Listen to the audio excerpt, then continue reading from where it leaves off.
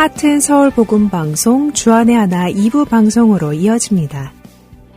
주안의 하나 2부에서는 성도의 삶 속에서 나오는 묵상을 나누는 살며 생각하며와 은혜의 설교, 그리고 함께 성경을 읽으며 묵상하는 Let's Read the Bible이 준비되어 있습니다.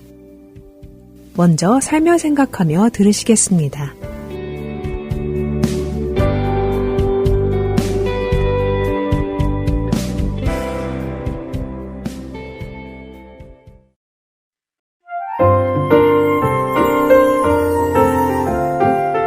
오늘은 최승규 성도의 이야기입니다.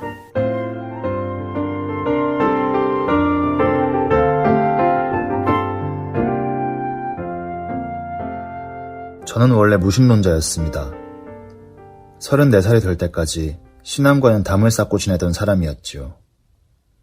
저는 한국에서 소위 좋은 학교를 나와서 미국으로 박사 유학을 온 세상에서의 성공과 스스로의 행복이 최고의 가치인 줄 알고 살아오던 사람입니다. 30대가 될 때까지 교회에 가본 것은 20대 초반 군대에 있을 때 세례를 받으면 떡볶이를 준다는 말에 믿음도 없이 덜컥 부대 교회에서 세례를 받은 것이 전부입니다. 그러고 나서는 교회에 얼씬도 하지 않던 사람이었습니다. 저는 하나님이 없어도 나만 잘하면 세상에서 행복하게 살 수 있다고 오랫동안 믿고 지냈습니다. 아니, 오히려 하나님이 계시다면 이 세상에 이렇게도 많은 불행한 일은 없어야 하는 것이 아니냐며 하나님을 부정하던 사람입니다.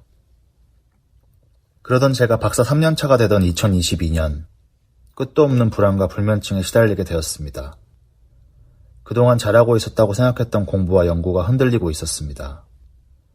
박사 논문을 준비해야 되는 시점에 맞닥뜨리니 스스로에 대한 자신감은 사라지고 불안의 낮과 불면의 밤만이 계속되었습니다. 내가 좋아서 시작했던 박사과정의 성과가 흔들리고 이 일을 왜 해야 하지? 라는 의심만 계속되었습니다. 그때부터 잠을 이루기 위해 좋다는 것들을 하기 시작했습니다. 명상도 해보고 수면 음악도 틀어놓아 보고 유튜브에서 마음 챙김에 좋다는 강의들도 많이 들어보았습니다.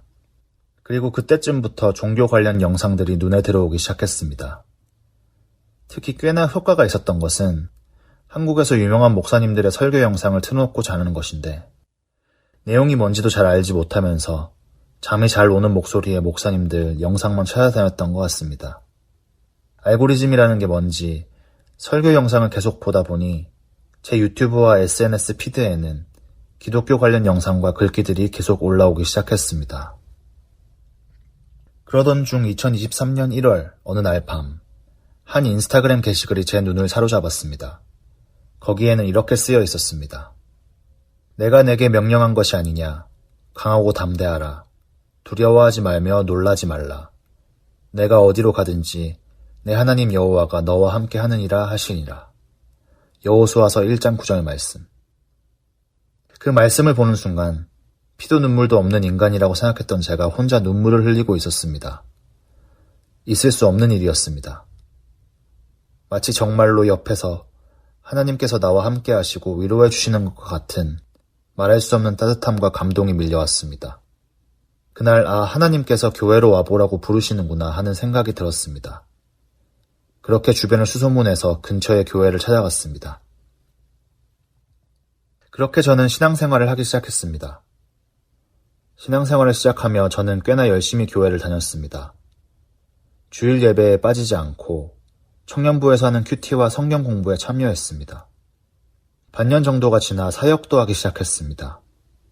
청년부 회장, 주일학교 교사, 새벽기도 찬양팀까지. 사람이 의롭다 하심을 얻는 것은 율법의 행위에 있지 않고 믿음으로 되는 줄 성경 공부로 들어서 알고 있었지만 그때의 저는 절박했습니다. 앞이 보이지 않는 불안 속에 있는 박사과정 유학생활, 하나님의 일을 열심히 하다 보면 하나님께서 제게 세상에서도 하나님의 복을 내려주실 것이라고 생각했습니다. 그때 제가 가장 좋아했던 성경 말씀은 로마서 8장 28절의 말씀. 우리가 알거니와 하나님을 사랑하는 자, 곧 그의 뜻대로 부르심을 입은 자들에게는 모든 것이 합력하여 선을 이루느니라 였습니다. 그때 저는 지금은 힘들어도 신앙생활을 열심히 하다 보면 성공하게 될 줄 믿었던 것 같습니다. 모든 것이 합력해서 선을 이룬다고 하셨으니까요. 저는 로마서 8장 28절이 말씀하시는 선이 세상의 성공인 줄 알았습니다. 하지만 저의 그런 기대와는 달리 고대하던 졸업은 계속해서 미뤄졌습니다. 불안과 불면증은 나아졌지만 생각만큼 제 일은 풀려가지 않았습니다.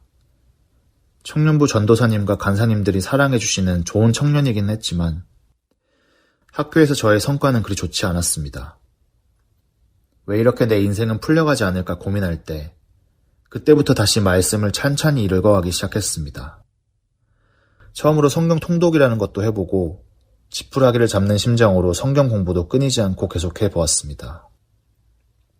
그렇게 말씀을 읽기 시작하자 고통과 고난을 당하는 믿음의 사람들이 눈에 보였습니다. 형들에게 팔리던 요셉, 사울과 아들에게 배신당하고 쫓기던 다윗, 고통당하던 욥, 복음을 전하며 고난을 당하던 바울, 그리고 무엇보다 하나님의 아들로 이 세상에 오셨지만 십자가의 고난을 겪으신 예수님까지. 성경에는 하나님의 섭리 속에서 고통과 고난을 겪는 믿음의 사람들의 이야기로 가득했습니다. 말씀을 읽으면서 때로는 공감하고 때로는 위로받고 때로는 교훈을 얻으며 조금씩 세상의 성공이 아니라 하나님께서 주시는 평안과 영생이 얼마나 값진 것인지 알아가게 되었습니다. 그렇게 3년이라는 시간이 흐르고 올해 저는 1:1 양육과 박사 졸업을 모두 무사히 마무리할 수 있게 되었습니다. 이제 저는 하나님의 선이 세상의 성공이 아니라는 걸 압니다. 이 세상의 창조주이신 하나님께서 고통과 죄 가운데 있는 인간들 가운데 말씀으로 찾아오셔서 십자가의 보혈로 자격 없는 저를 자녀 삼아 주셨습니다.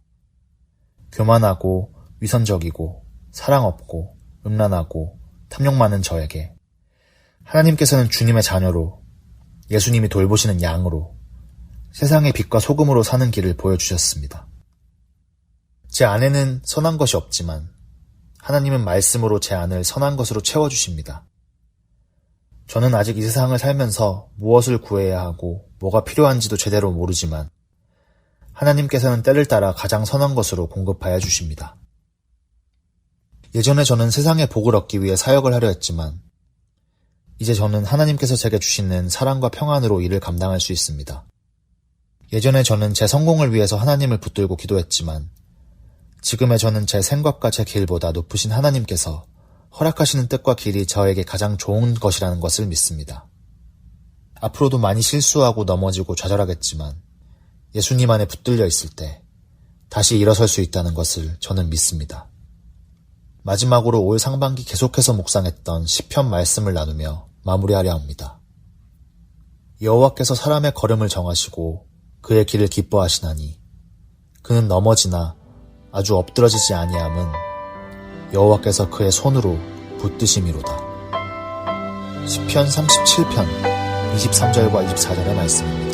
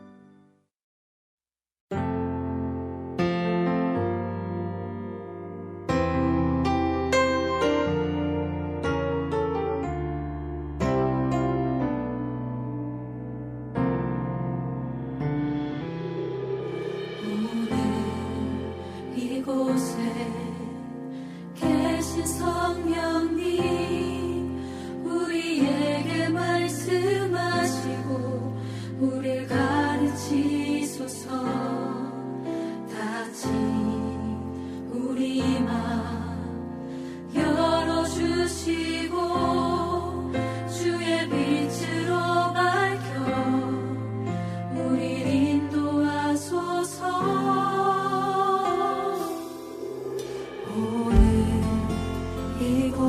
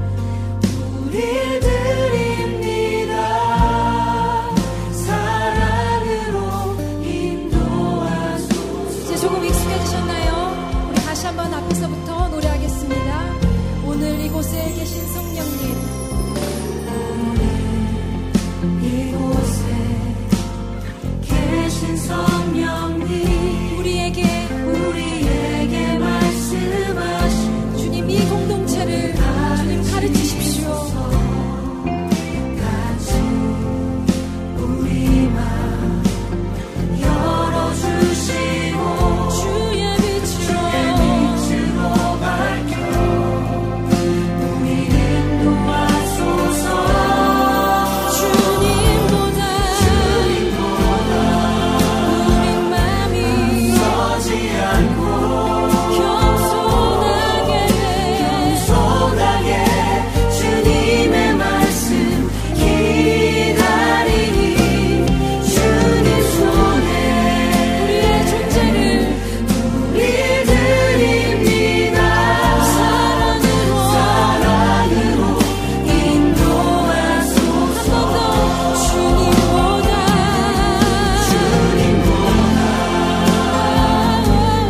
서지 않고 겸손하게 주님의 말씀 기다리니 주님 손에 우리 드립니다. 사랑으로 인도하소서.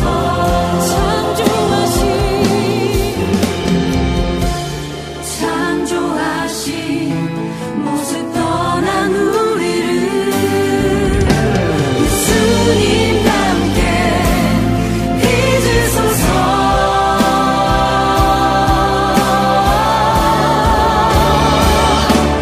주님보다 앞서지 않고 겸손하게 주님의 말씀 기다리니 주님 손에 우리 삶을 드립니다.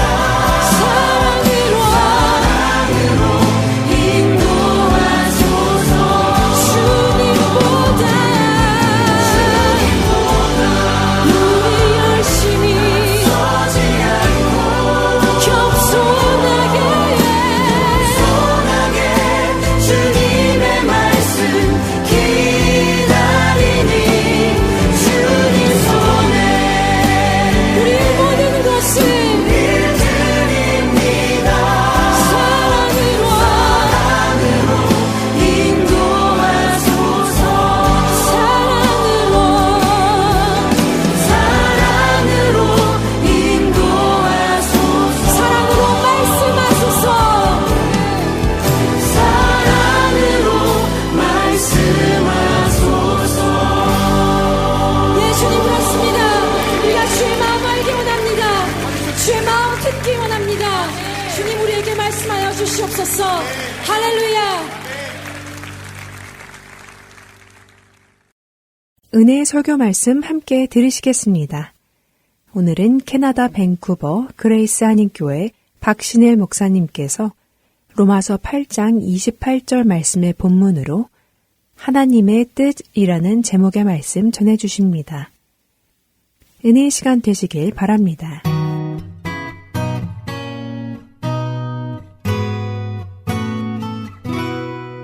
오늘 주시는 말씀은 로마서 8장 28절 한 절 말씀입니다. 로마서 8장 28절 한 절인데요. 우리 다 같이 함께 봉독하도록 하겠습니다. 우리가 알거니와 하나님을 사랑하는 자, 곧 그의 뜻대로 부르심을 입은 자들에게는 모든 것이 합력하여 선을 이루느니라. 아멘.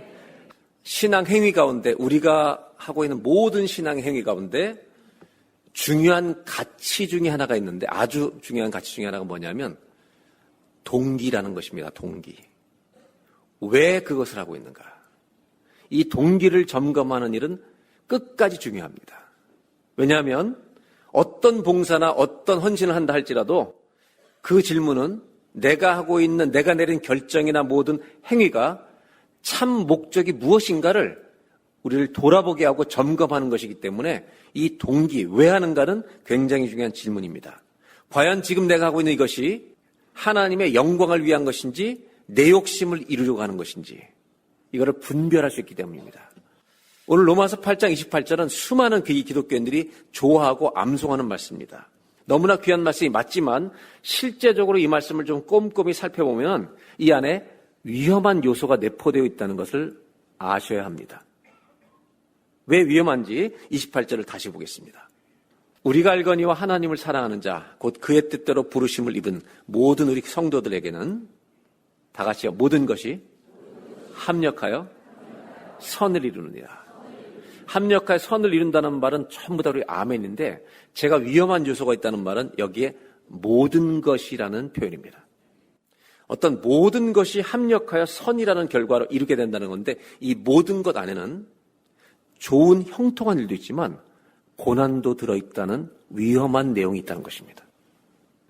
기쁜 일도 있지만 슬프고 비참하고 비극적인 일도 우리에게 일어날 수 있는데 그것이 다 합력해서 그것까지도 하나님의 선을 이루게 한다는 것입니다.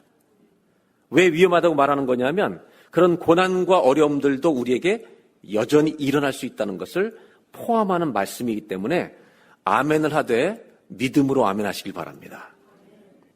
하나님의 뜻이라고 하는 것을 생각할 때 많은 사람들은 여기에 초점을 맞춥니다. 어떤 결혼 대상자가 나왔을 때 정말 주님이 나한테 맡긴 사람인가 아닌가 이렇게 구체적인 거. 이민 와서 비즈니스를 하는데 식당을 해야 되나 세탁소를 해야 되나 이런 이 비즈니스 어떤 걸 해야 되나. 자녀들이 대학을 갈 때 어느 대학을 결정해 어느 과를 결정해 이렇게 구체적인 이런 개별적인 뜻. 근데 성경은 이것도 물론 오늘 이 관심사가 우리 교인들에게 다 있기 때문에 이걸 다룰 거지만 성경은 더 중요한 하나님의 뜻들을 많이 이야기하고 있습니다. 근데 이 개별적인 뜻에 대해서 말할 때 우리가 조심해야 될 건 뭐냐면 제가 목회하면서 많은 부부를 만나봤습니다. 수많은 부부를 만나봤죠. 근데 이런 질문을 해봅니다. 내가 결혼할 때 예수 믿는 사람이었다면 기도 응답 받고 결혼했을 터인데 그렇다면 그 배우자, 같이 사는 배우자가 내가 본능적으로 원하고 꿈꾸던 이상형인가? 내가 원하는 사람인가? 아니면 주님이 붙여준 사람과 사는가? 여러분 솔직히 한번 얘기해 보세요. 그러니까 정말 기도하고 응답받은 배우자는 재벌과 만나서 편하게 살고 싶은 게 내 본능인데 결혼하고 나니까 내가 돈을 벌어야 되는 거야 이거. 뭐 이런 결혼이잖아요 결혼이. 제가 말씀드리는 게 뭐냐면 주님의 뜻을 그렇게 구하시는데 그 주님의 뜻이 내가 바라는 것이 아닐지라도 구하겠느냐는 질문을 하고 싶은 거예요. 그 주님의 뜻이라고 하는 것이 주님 말씀해 줄 때 내가 바라고 원하던 게 아닌 결정인데도 계속 구하며 살길 원하느냐? 내가 아멘 안 할 줄 알았지 다. 그래도 아멘이에요? 믿음으로 아멘 해야 되는 거죠. 그래도 구하실 거죠? 누가 뭐래도 구할 겁니다. 왜냐하면 그리스도인들은 인생의 중요한 문제를 결정할 때가 너무 많기 때문입니다. 어떤 예수 믿는 자녀가 부모가 배우자를 고를 때 부모님이 자녀 결혼할 때 정말 기도하지 않겠습니까? 이가 맞는 사람인지 적어도 돈을 구하진 않아도 정말 성품이나 신앙이나 적합한 사람인지를 다 묻겠죠. 이건 필수입니다. 그럼 우리는 어떻게 하나님의 이런 구체적인 뜻을 어떻게 구하며 찾으며 살아갈 것인가라는 질문 앞에 서 있는데 기독교 역사로 대답하면 이렇게 대답할 수 있습니다. 경험을 통해 배운다는 것입니다. 특정한 답을 먼저 얘기하기 전에 경험을 통해 배운다는 것을 잊지 마시길 바랍니다. 우리가 경험 속에서 그 답을 찾아가는 법을 배워간다는 것이 기독교 역사의 대답입니다. 제가 하나님의 인도하심, 음성, 뜻을 얘기하면서 첫 번째 우리가 잘못된 선택을 하지 않도록 주의하기 위해서 기초를 다진 적이 있습니다. 세 가지인데 역사의 목적은 내 영광이 아니라 주님의 영광이라는 것입니다. 두 번째는 하나님이 나한테 안 알려주시면 어떡할까라고 두려워하지 말고 하나님은 우리 아버지시니까 반드시 중요한 건 알려주시고 말씀하실 것이고 깨닫게 하실 것이라는 믿음 속에서 구해야 한다는 것입니다. 세 번째는 하나님의 성품을 알면 결정이 쉽다는 겁니다. 이런 파운데이션 위에서 모든 것을 구하는 훈련이 기본적으로 되어 있으라는 거죠. 이거는 암기사항이 아니라 기독교 역사의 유산이 우리에게 갖다 준 선물입니다. 이 기초 위에 그냥 있으면 되는 거예요. 하나님이 누군지를 알면 하나님이 무엇을 구하는 분인지 알면 하나님의 나라의 도래를 기다린다면 이건 저절로 다 알 수밖에 없는 거라는 거죠. 그런데 이제 하나님의 뜻에 들어갈 때 제가 먼저 좀 여러분 주의를 기울이길 부탁드리는 것은 우리는 하나님의 뜻이라는 단어를 늘 사용하는데 이 하나님의 뜻이 주님의 뜻, 하나님의 뜻을 사용할 때 똑같은 단어가 표현인데 의미는 전혀 다르게 쓸 수 있다는 것을 알고 계셔야 됩니다. 하나님의 뜻을 다 같이 쓰는데 어떨 때는 다른 의미로 하나님의 뜻을 쓰고 어떨 때는 또 다른 의미로 이 하나님의 뜻을 사용한다는 겁니다. 그것을 제가 크게 세 가지로 하나 설명을 드려볼게요. 첫째는 한나 이야기로 가보겠습니다. 사무엘상 1장 5절 6절 2절인데요. 이 2절을 우리 같이 함께 봉독하도록 하겠습니다. 한나에게는 갑절을 주니 이는 그를 사랑함이라. 그러나 여호와께서 그에게 임신하지 못하게 하시니 6절 그에게 임신하지 못하게 하심으로 그의 적수인 분인나가 그를 심히 격분하게 하여 괴롭게 하더라. 엘가나와 한나가 부부였는데 아이를 낳지 못해서 분인나라는 아내가 들어와서 아이를 낳습니다. 근데 분인나가 한나를 계속 괴롭힌 거죠. 아무리 많은 것을 분깃을 2배를 줘도 마음이 괴로운 겁니다. 그런데 이 구절의 특이한 점은 왜 아기를 갖지 못했는가라는 설명이 붙어 있다는 것입니다. 성경은 뭐라고 설명하냐면 한나가 임신하지 못했던 것이 운명이나 팔자가 아니라는 겁니다. 그래서 뭐 굿이나 점을 칠 필요가 없다는 겁니다. 이 한나가 임신을 하지 못했던 이유는 성경은 여호와께서 막고 있었다는 것입니다. 여러분, 이런 걸 뭐라고 하냐면 하나님의 주권적인 뜻이라고 말하는 겁니다. 어떤 집이 큰 고난을 당했을 때 믿는 사람끼리 이런 말을 하잖아요. 뭔가 하나님의 뜻이 있을 거예요. 믿음을 가진 사람끼리 위로하는 말로 그 말을 할 수 있죠. 그때 하나님의 뜻은 우리가 알 수 없는 일이 벌어졌다는 겁니다. 이거는 하나님이 두루마리를 펼쳐가시듯이 당신의 주권을 보여주시는 것인데 이거는 우리가 알 수 없는 거예요. 받아들여야만 하는 것입니다.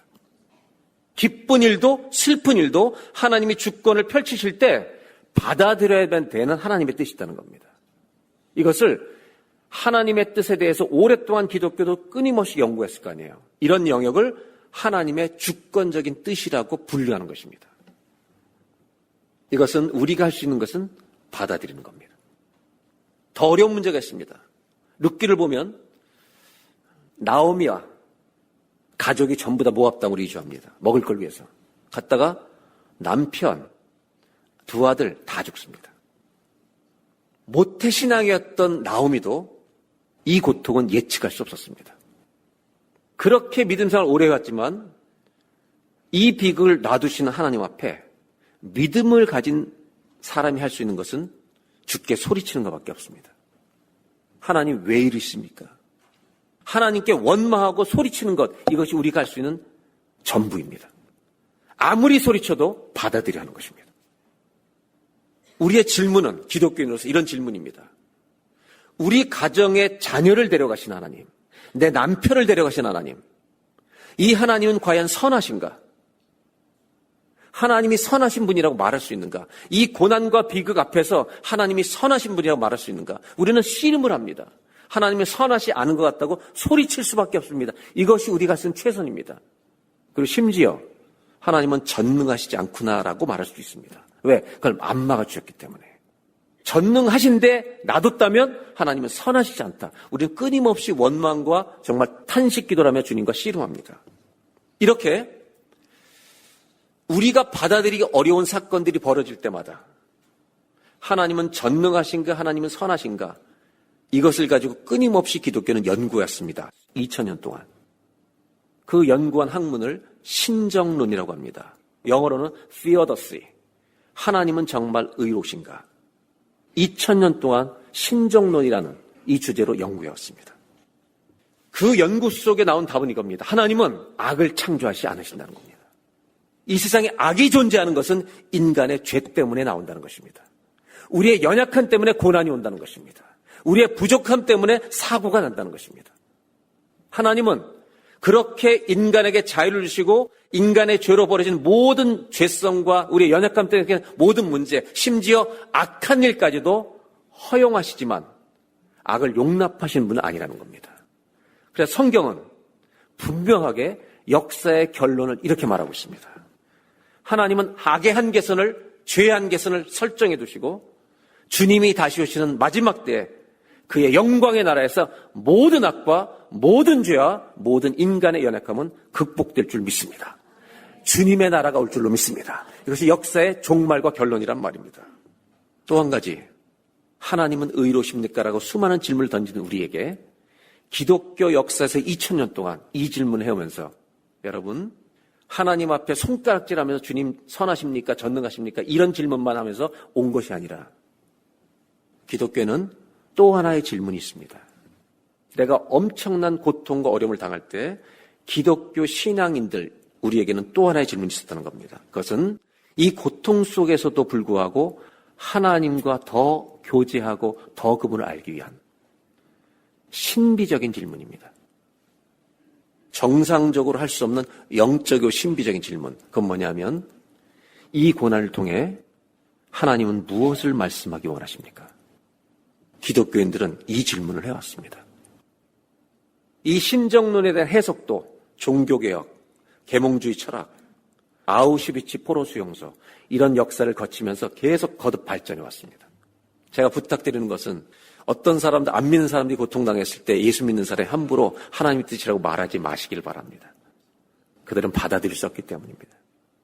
기독교인들이 주의해야 될 것, 모르는 것을 함부로 대답하지 말라는 겁니다. 모르는 것은 모른다고 대답해야 합니다. 그런데 기독교는 그 고난 속에서도 뭐를 찾았는지 아세요? 이 고난을 통해 뭘 말씀하기 원하십니까? 우리는 기독교인들은 고통 속에서 하나님을 더 발견하는 신비적 체험을 할 수 있는 사람들입니다. 그것이 기독교 신앙의 비밀이고 힘입니다. 아멘입니까? 그런 은혜가 우리에게도 있길 바랍니다. 첫 번째로 하나님의 뜻이라는 단어를 사용할 때 우리는 우리가 받아들여야만 되는 주님이 주관해 가시는 주권적 뜻이 있다는 것입니다. 그건 받아들여야 합니다. 두 번째로 하나님의 뜻이 있습니다. 그건 뭐냐면 윤리적인 하나님의 뜻입니다. 예를 들면 하나님이 온 세상을 창조하신 다음에 창조하시고 에덴에다가 선악과를 만드시고 이거를 먹어요 말아요? 먹으라고 했어요? 하지 말라고 했어요? 이것을 먹지 않는 것은 하나님의 뜻이 아니에요. 이렇게 먹지 말라고 분명히 규정해 놓은 그건 죄다 악한 일이다 얘기해 놓으신 윤리적인 뜻은 100% 드러나 있다는 것입니다. 성경이 말하는 하나님의 뜻 중에 여러분 우리가 진짜 관심을 가져야 될 것은 이 부분이에요. 하나님은 원하시는 것과 원하시지 않는 것을 성경에 밝히 드러내셨기 때문에 저와 여러분들이 윤리적인 뜻에 절대적으로 좀 순종하려고 몸부림치는 저와 여러분 되시길 바랍니다. 물론 넘어질 수 있어요. 연약하니까. 그런데 그것을 지키려고 하나님이 원하시지 않는 걸 안 하려고 하는 이 윤리적인 뜻에 성공하는 우리가 되시길 바랍니다. 이것이 너무 중요하다는 거예요. 개별적인 뜻도 중요하지만 정말 성경이 말하는 진짜 중요한 점은 하나님이 기뻐하시는 것을 하도록 하라는 거예요. 이거는 밝히 분별되어 있다는 거예요. 이미 말씀에 다 드러나 있다는 거예요. 여러분 우리가 그렇게 사는 것을 세상 사람들도 보고 싶어하는 겁니다. 이게 진짜 기독교구나. 그들이 그런 사람 보고 교회로 따라올 수 있다는 것입니다. 여러분 세상에서 하나님이 기뻐하시는 윤리적인 뜻을 쫓아 사는 저와 여러분 되시길 바랍니다. 예, 거짓말하지 마라. 남의 것 탐내지 마라. 간음하지 마라. 이런 것들을 지키려고 몸부림치는 거죠. 우리가. 윤리적인 뜻과 비슷한 것이 신앙인들이 하나 더 있는데 그게 뭐냐면 여기에 이 카테고리에 포함되는 건데 영적인 뜻이 있어요. 믿음을 가진 사람들에게 부탁하신 스피리추얼한 하나님의 윌이 있어요. 그게 뭐냐면 이거는 윤리적인 이슈는 아니에요. 데살로니가전서 5장 16절, 17절, 18절을 보겠습니다. 이건 다 같이 한번 큰 소리 읽겠습니다. 시작. 항상 기뻐하라. 쉬지 말고 기도하라. 범사에 감사하라. 이것이 그리스도 예수 안에서 너희를 향하신 하나님의 뭐라고요? 너희를 향한 하나님의 뜻이래요. 이거는 윤리적인 뜻도 아닌 것 같아요. 뭐냐면 믿음으로 사는 사람들에게 주신 영적인 뜻이에요. 근데 우리는 이런 것은 지키려고 안 하면서 자꾸 개별적인 것만 자꾸 찾는단 말이에요. 여러분, 제일 첫 번째 나온 말씀이 항상 어떻게 알아요? 우리가 그래요? 늘 항상 화내 있죠. 쉬지 말고 기도해요? 아니, 쉬지 말고 기도하는 말은 기도를 24시간 하고 있으란 말이 아니라 기도에 깨어있어 주님과 늘 대화하며 살라는 거예요. 오늘 하나님의 뜻을 쭉 이제 개별적인 뜻 나누겠지만 이 뜻을 찾는데 제일 중요한 건 답이 아니에요. 주님과 나와의 관계인 거예요. 이 관계가 늘 평상시에 있느냐는 거예요. 쉬지 말고 기도하는 말은 평상시에 주님과 대화하며 교제하며 사는가. 달라스 윌러드는 이런 하나님의 음성이라는 책을 썼는데 이렇게 얘기합니다. 만일 인간이 하나님의 음성을 듣고 살도록 창조되었다면 그 음성을 듣지 않고 산다는 것은 얼마나 위험한 일인가? 들을 생각도 하지 않는다는 것은 얼마나 비극적인 일인가요? 여러분, 영적인 주님의 뜻이 있어요. 기뻐할 수 없는 순간이 있지만 주님 때문에 기뻐하는 영원한 주님, 주님이 나의 기쁨이십니다. 영원한 기쁨을 즐거워하는 저와 여러분 되시길 바랍니다. 범사에 감사하라. 감사할 수 없는 일이 일어나죠. 대학 떨어졌는데 무슨 감사를 해요? 근데 모든 것이 합력하여 선을 잃을 줄 믿는 사람은 대학 떨어진 감사헌금을 바치는 거죠. 나는 그게 믿음이라고 생각해요. 왜? 믿음으로만 드릴 수 있는 거죠. 얘가 대학 떨어진 것이 얘 인생의 플러스가 돼요. 그래서 저는 믿습니다. 10분의 1만 아멘 하잖아요. 10분의 9는 그래도 붙어야지. 저는 그런 차원에서 믿음 생활하지 말자는 거예요. 주님이 주시는 것은 죽음일지라도 받아들이자는 거예요. 죽음보다 더 좋은 부활을 주실 것이기 때문에. 우리는 중요한 결정을 앞두고 어떻게 하나님이 무슨 이것을 택하라는지 어떻게 할 수 있을까? 물론 경험으로 배울 것입니다. 내 경험이란 말은 더 중요한 의미를 설명하면 하나님과 내가, 창조주이신 하나님과 내가 인격적인 관계 속에 늘 머물러 있는 것을 의미합니다. 요한복음 15장 표현으로 말하면 나의 안에 거하라는 것입니다. 매일 주님과 동행하는 성도가 되시길 바랍니다. 그 동행하고 있는 것이 하나님 뜻을 분별할 수 있는 근거가 되고 동행하는 삶의 풍성한 열매 중에 하나가 그냥 뜻을 분별하는 것일 뿐이에요. 근데 우리는 여기에 온 인생을 다 걸듯이 왜? 이거 해가지고 대박 날라고. No way. 기적을 구하지 말고 주님과 동행을 구하시길 주의 이름으로 부탁드립니다. 하나님의 뜻이 어디에 있는지를 구하는 것은요, comprehensive art예요. 종합예술이에요. 믿음의 종합예술이라는 걸 아셔야 돼요. 오늘 여러분과 나누려고 하는 것은 완벽한 답이 아니에요. 오늘 나누는 것은 완벽한 답을 얻어서 내가 A를 가면 무조건 돕겠지 이게 아니라 하나님이 기뻐하시는 동기 가운데 결정하면 어디를 가도 주님은 도와주실 분이라는 걸 믿고 결정하시라는 거예요. 아멘. 그런데 우리가 구하는 것은 완벽한 답이 아니라 완전하신 하나님이 우리를 도우신다는 믿음 안에서 찾아가는 거예요. 저는 여러분들과 성경의 사례를 보고 우리의 삶과 경험과 연결시켜서 이제 세 가지로 정리해서 여러분들에게 말씀드리려고 합니다. 첫 번째는 이런 개별적인 뜻을 구한 경우가 성경에 있습니다. 아브라함의 늙은 종이 평생 같이 믿음으로 살았던 종이 며느리를 아브라함이 구할 때 종을 고향으로 보냅니다. 약속의 땅을 따라왔으니 고향에 가서 내 아들의 하나밖에 없는 아들 이삭의 며느리감을 구해와라. 그 대신 따라와서 이민 와서 살 사람을 내가 찾는 거다. 이렇게 보냅니다. 그때 이 사람이 그 아브라함의 고향에 가서 물을 길러 나오는 때 기도를 시작하는 장면이 나옵니다. 한번 성경을 보겠습니다. 창세기 24장 12절로 15절입니다. 순조롭게 만나게 달라는 겁니다. 그 다음에 아브라함에게 은혜를 베푸셔서 그 다음에서 구체적으로 기도합니다. 13절 제가 읽어드릴게요. 성중 사람의 딸들이 물 길러 나오겠사오니 내가 우물 곁에 이제 서 있는데 14절 한 소녀에 이르기를 너는 물동이를 기울여 나로 마시게 하라. 자, 여러분 잘 들으세요. 여러 여자 중에 며느리감을 구하는데 여러 여자 물 길러 나오는데 주의 뜻을 구하는 거예요? 뜻을 확인하는 사인을 구하는 거예요? 사인을 구한다는 겁니다.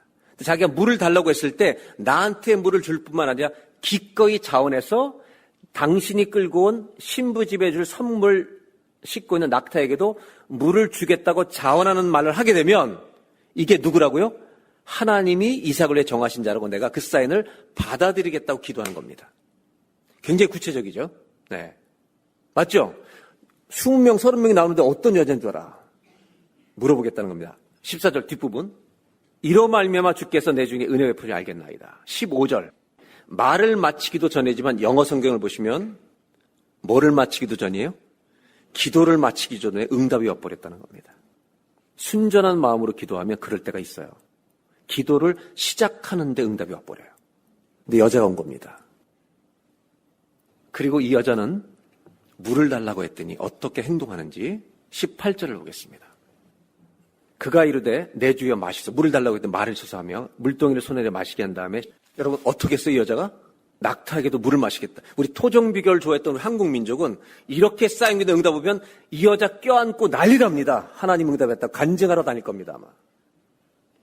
근데 성경은 주의하라고 말하고 있습니다. 사인은 사인일 뿐이라는 거예요.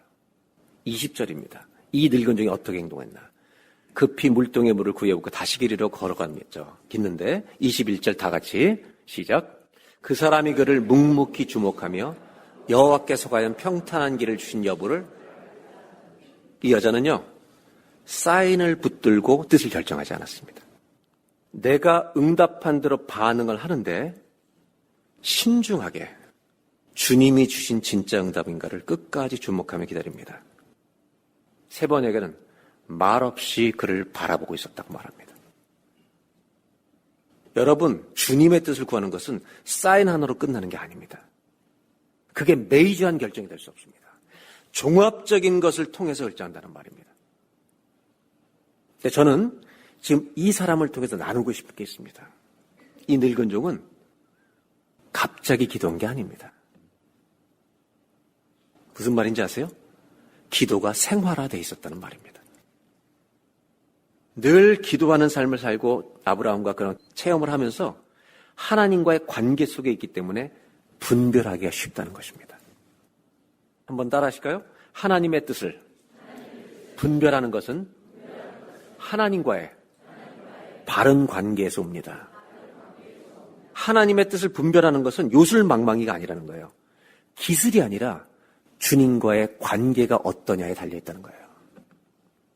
성경은 방법의 중요성을 강조한 적이 없습니다. 하나님과의 어떤 관계 속에 있느냐를 더 중요하게 여깁니다.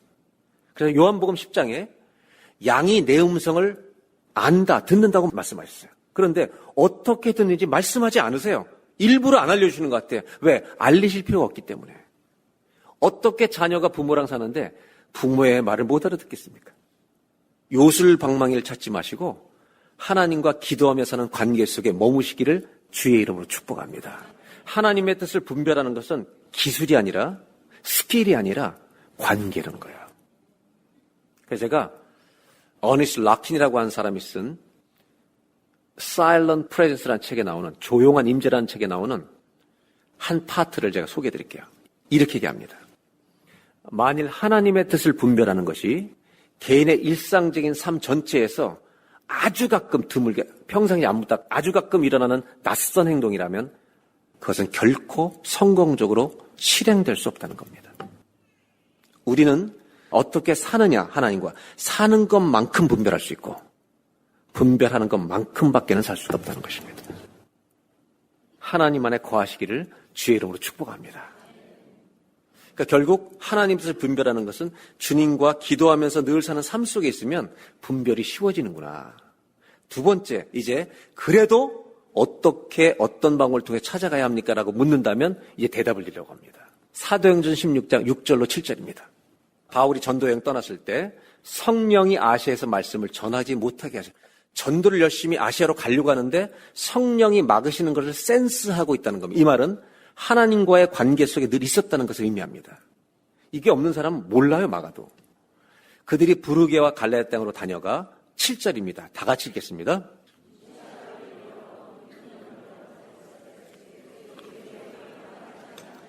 아시아 쪽으로 전도하러 가려는데 성령이 자꾸 막으시는 것을 느낀 거예요. 이유는 몰라요, 우리는. 하나님이 주권이니까. 그런데 사도행전을 연구한 사람들이 펼친 견해가 있습니다. 이쪽은 베드로가 선교한 지역입니다.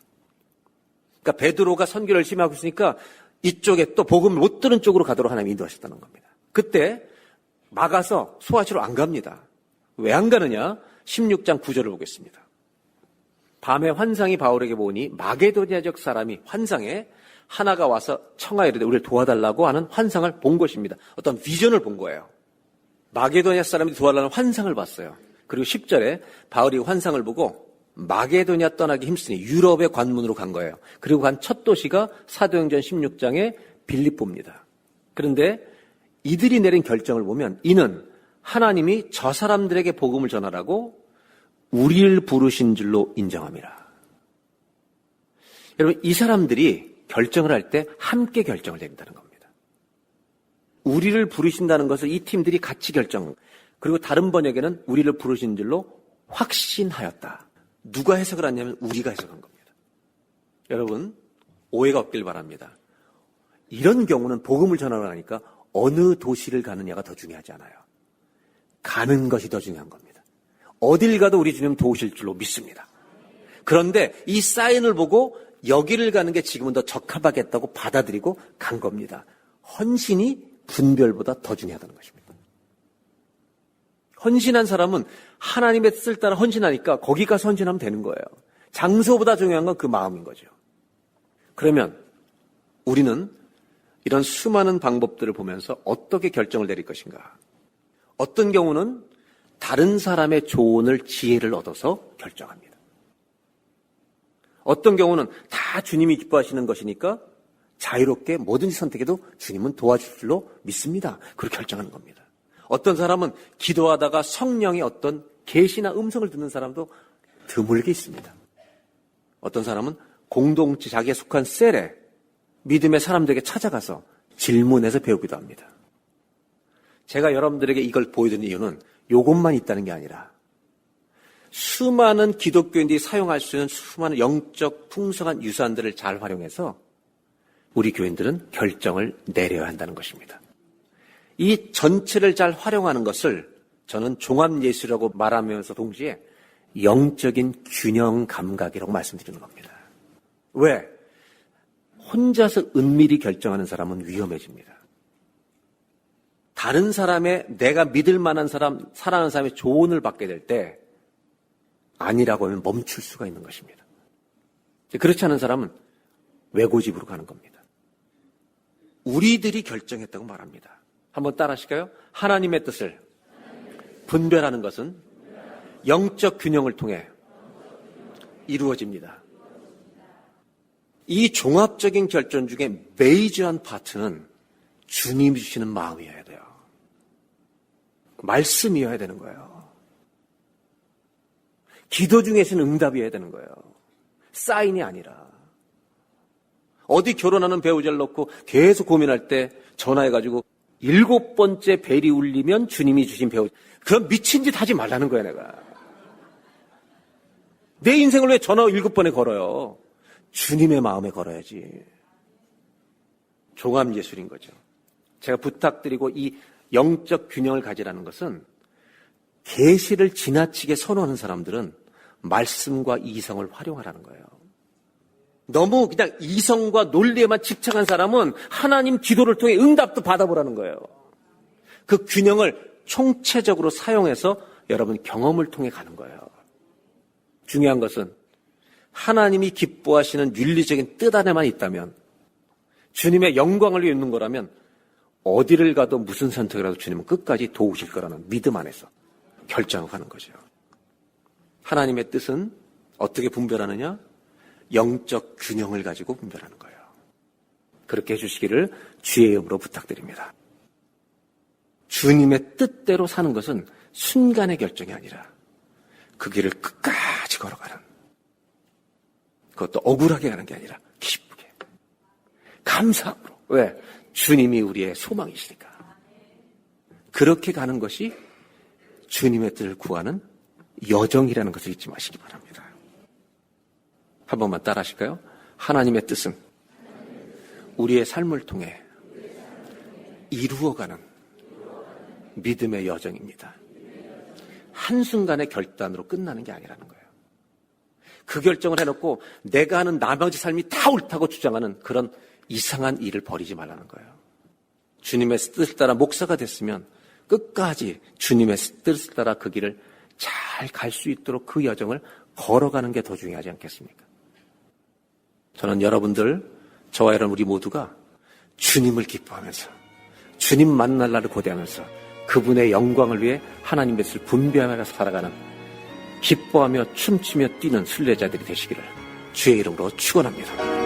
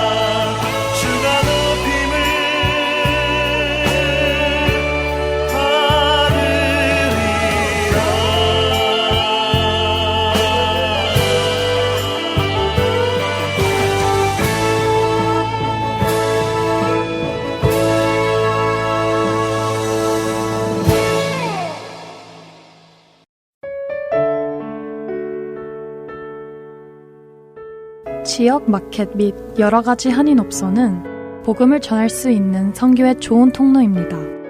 노스다코타 주에는 현재 한인들이 2,500명 정도 살고 계시다고 합니다. 노스다코타 주립대학 근처에 위치한 메일마트에 저희 CD를 놓아주시고 관리해 주실 동역자를 찾습니다. 매주 혹은 한 달에 2번 정도 방문하여 CD를 배치해 주실 수 있는 분은 연락 주세요. 사무실 전화번호 602-866-8999입니다.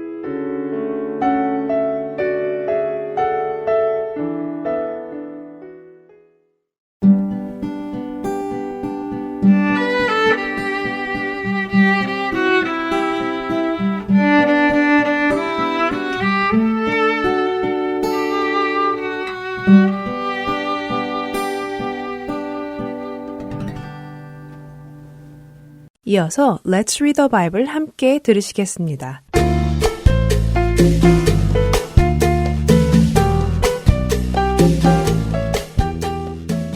시청자 여러분 안녕하세요. Let's Read the Bible 진행의 이동욱입니다. 이제 마지막 재앙, 곧 하나님의 진노가 세상에 부어지려 하고 있습니다. 오늘 함께 읽을 요한계시록 15장에서 요한은 하나님 나라, 유리바다 앞에 모든 믿음의 시험과 환난을 이겨낸 성도들이 모세의 노래를 부르는 것을 봅니다. 모세의 노래란 출애굽한 이스라엘 백성들이 홍해를 건넌 후에 부른 찬송의 노래입니다. 뒤에는 애굽의 군사들이 쫓아오고 앞에는 홍해가 가로막고 있었지만 하나님께서 홍해를 가르시고 이스라엘 백성들을 건너게 하시고 뒤따라오던 애굽의 병사들은 홍해에 모두 수장되었지요. 이스라엘 백성들은 자신들을 구원하신 하나님을 찬송했습니다. 동일한 모습이 요한의 눈에 보인 것입니다. 하늘에 있는 유리바다는 불이 섞인 것 같다고 하시지요. 성경에서 바다는 세상을 상징할 때가 많습니다. 그리고 하나님의 보좌 앞에 있는 그 유리바다는 세상의 모든 일을 하나님이 보고 계심을 상징하지요. 그 유리바다에 불이 섞였다는 것은 심판을 의미합니다. 하나님의 백성들을 쫓던 세상의 용과 짐승의 세력은 마치 이스라엘 백성을 쫓던 애굽의 군사처럼 그렇게 심판을 받는 것이고, 그들의 그런 공격에서도 믿음을 끝까지 지키고 구원을 받은 하나님의 백성들은 구원의 하나님을 찬송하는 것이지요. 그렇게 구원받을 하나님의 백성들이 하늘에 오르자 이제 정말 하나님의 진노가 담긴 7 대접을 들고 7 천사가 나옵니다. 맑고 빛난 세마포 옷을 입고 가슴에는 금띠를 두르고 있습니다. 언뜻 보면 요한계시록 1장에 나타난 예수님의 모습과 닮아 있습니다. 하지만 예수님이 아니라 7 천사입니다. 맑고 빛나는 세마포에 금띠를 두른 것은 사실 제사장의 의복입니다. 대제사장이신 예수님도 그 의복을 입으셨고, 이제 하나님의 진노의 대접을 가지고 나오는 천사들도 제사장의 의복을 입은 것이지요. 대제사장은 백성들을 대신하여 그들의 죄를 가지고 하나님 앞에 나아가 제사를 지내는 역할을 감당하기도 하지만, 동시에 성전에서 하나님의 말씀에 의거하여 백성들의 잘잘못을 심판하기도 하지요. 7 천사는 바로 그 일, 곧 세상의 죄를 향한 하나님의 심판의 대접을 가지고 나오는 것입니다. 이제 곧 그 진노의 대접이 세상에 부어질 것인데 하나님의 성전에 연기가 가득합니다. 그것은 하나님의 진노이며 그 진노는 이제 멈추지 않을 것을 알려주지요. 사랑의 하나님, 노하기를 더디하시고 오래 참으시는 하나님, 창세로부터 참고 참아오셨던 하나님의 그 진노가 이제 드디어 세상에 부어집니다. 그 진노가 부어지면 다시는 돌이킬 수 없습니다. 그 진노가 부어지기 전에 하나님께로 회개하고 돌아오는 은혜가 모든 자에게 있기를 소망합니다. Let's read the Bible. 요한계시록 15장 1절에서 8절까지의 말씀을 읽겠습니다. 또 하늘에 크고 이상한 다른 이적을 보매 7 천사가 7 재앙을 가졌으니 곧 마지막 재앙이라. 하나님의 진노가 이것으로 마치리로다. 또 내가 보니 불이 섞인 유리바다 같은 것이 있고 짐승과 그의 우상과 그의 이름의 수를 이기고 벗어난 자들이 유리바다가에 서서 하나님의 검은고를 가지고 하나님의 종 모세의 노래 어린 양의 노래를 불러 이르되 주 하나님 곧 전능하신 이시여 하시는 일이 크고 놀라우시도다. 만국의 왕이시여 주의 길이 의롭고 참되시도다. 주여 누가 주의 이름을 두려워하지 아니하며 영화롭게 하지 아니하오리이까. 오직 주만 거룩하시니이다. 주의 의로우신 일이 나타났음에 만국이 와서 주께 경배하리이다 하더라. 또 2일 후에 내가 보니 하늘에 정거장막의 성전이 열리며 7 재앙을 가진 7 천사가 성전으로부터 나와 맑고 빛난 세마포 옷을 입고 가슴에 금띠를 띠고 내 생물 중에 하나가 영원토록 살아계신 하나님의 진노를 가득히 담은 금대접 7을 그 7 천사들에게 주니 하나님의 영광과 능력으로 말미암아 성전에 연기가 가득 차매 7 천사의 7 재앙이 마치기까지는 성전에 능히 들어갈 자가 없더라. Let's read the Bible. 오늘은 요한계시록 15장 1절에서 8절까지의 말씀을 읽었습니다.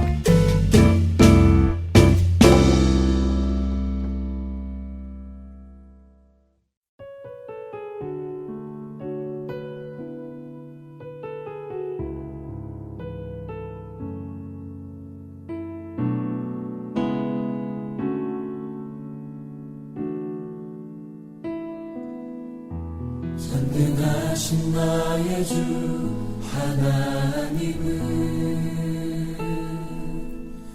능치 못하실 일 전혀 없네. 우리의 모든 간구도 우리의 모든 생각도 우리의 모든 꿈과 모든 소망도 신실하신 나의 주 하나님은 우리의 모든 괴로움 바꿀 수 있네. 불가능한 일 행하시고 죽은 자를 일으키시니 그를 이길 자 아무도 없네.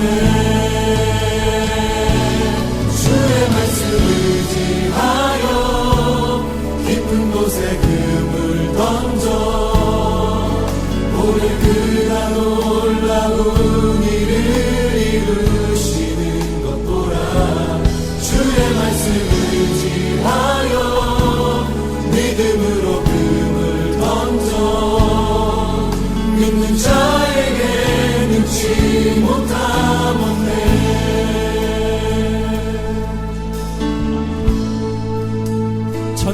나의 주 충만하신 나의 주 하나님은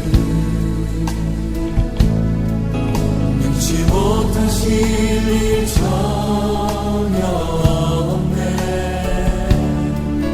우리의 모든 간구도 우리의 모든 생각도 우리의 모든 꿈과 모든 소망도 신실하신 나의 주님 신실하신 나의 주 하나님은 우리의 모든 괴로움 바꿀 수 있네. 불가능한 일 행하시고 죽은 자를 일으키시는 주님 주님 아무도 없네. 주의 말씀 의지하여 깊은 곳에 금을 던져 오늘 그가 놀라운 일을 이루시는 것 보라. 주의 말씀 의지하여 믿음으로 금을 던져 믿는 자에게 주의 말씀 의지하여 주의 말씀 의지하여 깊은 곳에 금을 던져 오늘 그가 놀라운 일을 이루시는 것 보라. 주의 말씀 의지하여 믿음으로 금을 던져 믿는 자에게 능치 못함. 다시 한번 주의 말씀 의지하여 주의 말씀 의지하여 깊은 곳에 금을 던져 오늘 그가 놀라운 일을 이루시는 것 보라. 주의 말씀 의지하여 믿음으로 금을 던져 믿는 자에게 능치 못하옵네. 여러분 도전합니다. 주님 나의 삶을 이끌어 주시옵소서.